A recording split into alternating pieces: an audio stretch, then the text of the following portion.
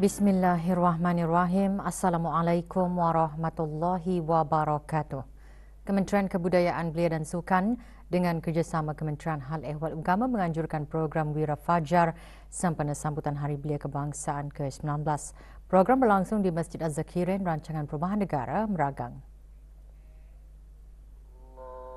Antara yang hadir yang berhormat Datuk Seri Setia Awang Haji Nazmi bin Haji Muhammad, Menteri Kebudayaan Belia dan Sukan. Program antaranya diisikan dengan tazkirah bertajuk Belia Siaga Masa Depan. Program bertujuan mendidik diri para belia untuk mengerjakan sembahyang berjemaah di masjid. Juga hadir Pengiran Datuk Seri Paduka Haji Muhammad Tashim bin Pengiran Haji Hassan Timbalan Menteri Hal Ehwal Agama.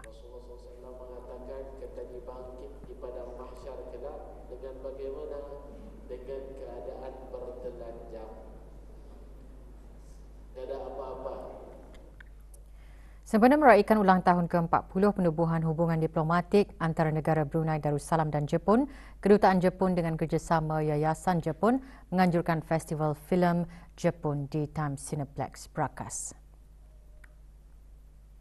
Hadir Tuan Yang Terutama Meda Toru, Duta Besar Istimewa dan Mutlak Jepun ke negara Brunei Darussalam dan Dr. Siti Nurkhalbi binti Haji Wasal Felah, Pemangku Setiausaha Tetap Kebudayaan, Kementerian Kebudayaan Belia dan Sukan. 6 filem Jepun ditayangkan secara percuma selama 3 hari bermula kemarin.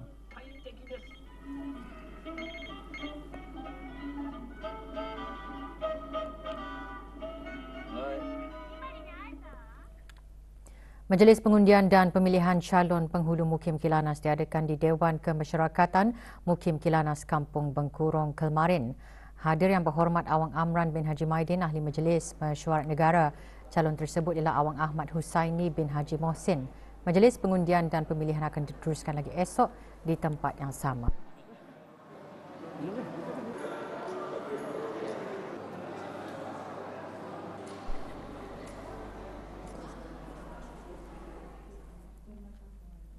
Jualan runcit pada suku tahun kedua 2024 mencatatkan penurunan sebanyak 6.1% berbanding suku kedua 2023 dengan hasil jualan menurun daripada RM446.1 juta kepada RM418.9 juta.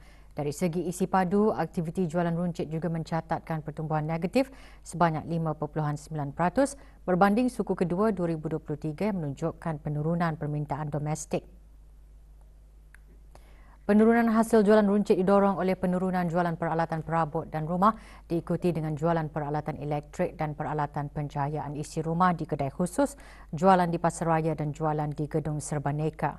Berbanding dengan suku tahun pertama 2024, nilai dan volume jualan runcit pada suku tahun kedua 2024 juga mencatatkan penurunan. Nilai jualan runcit menurun didorong terutamanya oleh penurunan jualan peralatan perabot dan rumah diikuti jualan peralatan elektrik dan peralatan pencahayaan isi rumah di kedai khusus, jualan perkakasan cat dan kaca di kedai khusus, jualan di pasaraya dan jualan di gedung.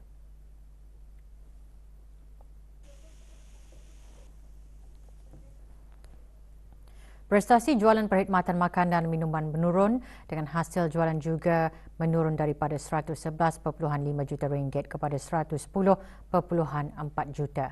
Dari segi volume jualan, aktiviti makanan dan minuman juga mencatatkan pertumbuhan negatif yang menunjukkan penurunan permintaan domestik. Penurunan hasil jualan makanan dan minuman disebabkan oleh penurunan hasil jualan bagi kedai makanan segera, aktiviti lain-lain perkhidmatan makanan dan restoran.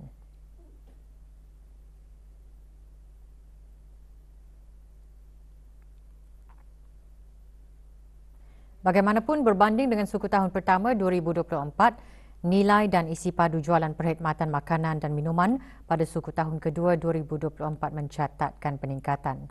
Laporan penuh bagi kedua-dua aktiviti boleh didapati melalui laman sesawang JPES.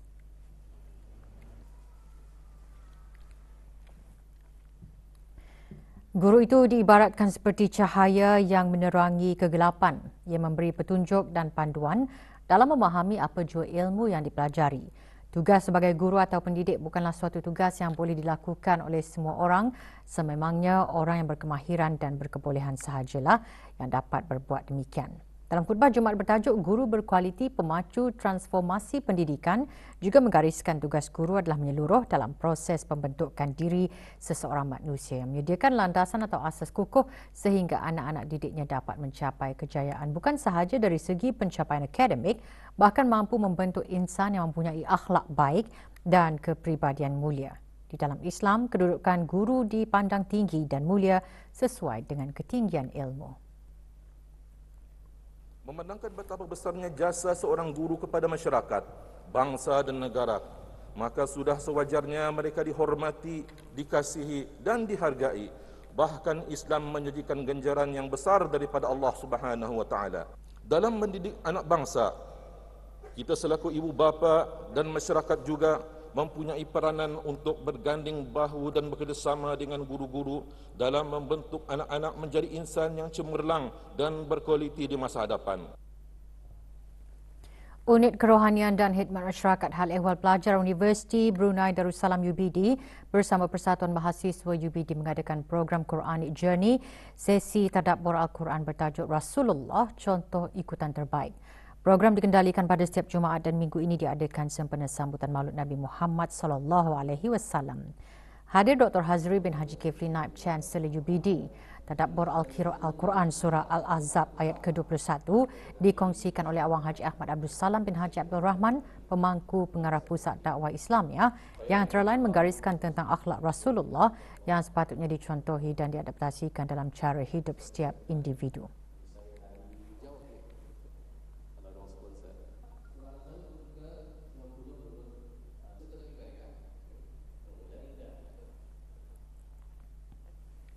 Hasil dan rekomendasi dari mesyuarat tertinggi BIM Piaga serta perkembangan inisiatif BIM Piaga bersama dengan development partners dibincangkan semasa mesyuarat BIM Piaga Trade Facilitation Cluster kali kedua. Mesyuarat 2 hari itu diadakan di sebuah hotel di Gadong. Pembukaan mesyuarat disempurnakan oleh Muhammad Azizul Hakim bin Haji Ibrahim, pemangku pengawal kastam dan eksais di Raja. Mesyuarat dihadiri oleh para pegawai kanan bagi kumpulan-kumpulan kerja kastam, imigresen, kuarantin dan security CIQS dari negara-negara ahli BIM Piaga serta perwakilan-perwakilan daripada BIM Piaga Facilitation Centre, Asian Development Bank, ADB dan BIM Piaga Business Council.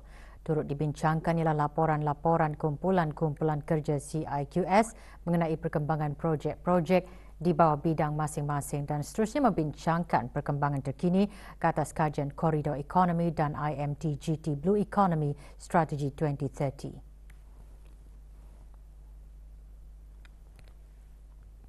Pameran Majlis Ilmu 2024 dengan tema Menangani Gejala Mental yang diadakan di Ruang Legar Pusat Persidangan Antarabangsa Berakas antara lain bertujuan meningkatkan kesedaran mengenai kepentingan kesihatan mental dalam kehidupan seharian. Pameran disusun dalam 5 zon utama yang memberikan gambaran tentang aspek kesihatan mental dari pelbagai perspektif. Pameran dibuka bagi kunjungan orang ramai sehingga 3 Oktober.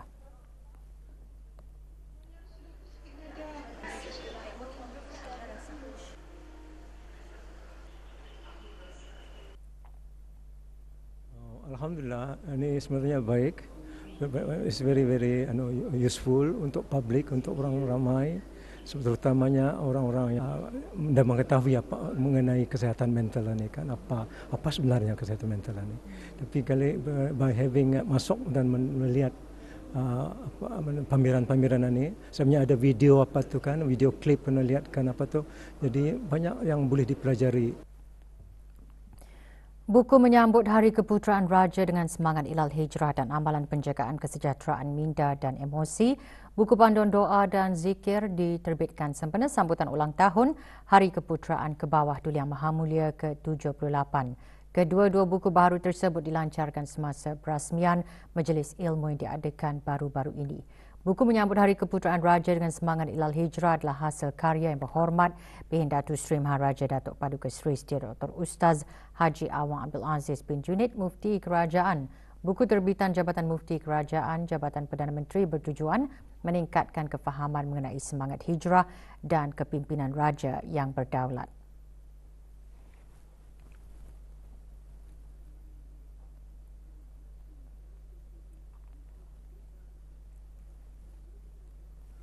Buku Amalan Penjagaan Kesejahteraan Minda dan Emosi, buku panduan doa dan zikir yang diterbitkan oleh Kementerian Kesihatan dan Kolej Universiti Perguruan Agama Seri Begawan pula memberikan panduan praktikal tentang amalan doa dan zikir.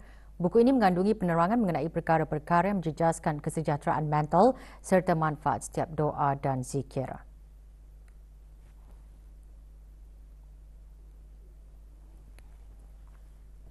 Koperasi Persatuan Tiba Kotiba dengan tanggungan berhad mengadakan majlis penyampaian sumbangan derma kepada mangsa yang terlibat dalam musibah kerosakan atap rumah akibat angin kencang baru-baru ini.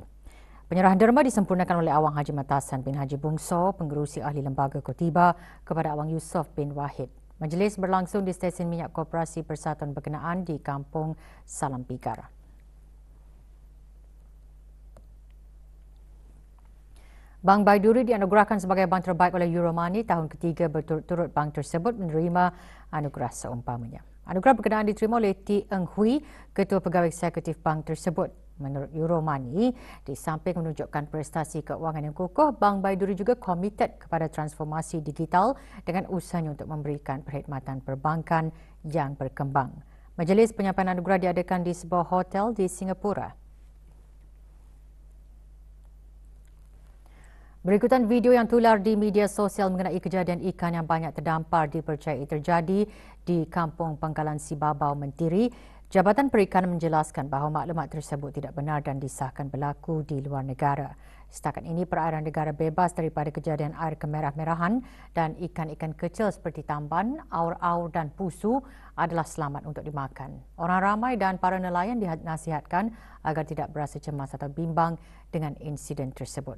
Jabatan Perikanan menasihatkan kepada orang ramai supaya tidak mudah percaya akan maklumat-maklumat dan berita yang disebarkan melalui internet atau media sosial lain tanpa memastikan kesahihannya. Orang ramai juga diingatkan untuk lebih bertanggungjawab dan tidak turut menyebarluaskan sebarang perkara yang belum disahkan oleh Jabatan Perikanan.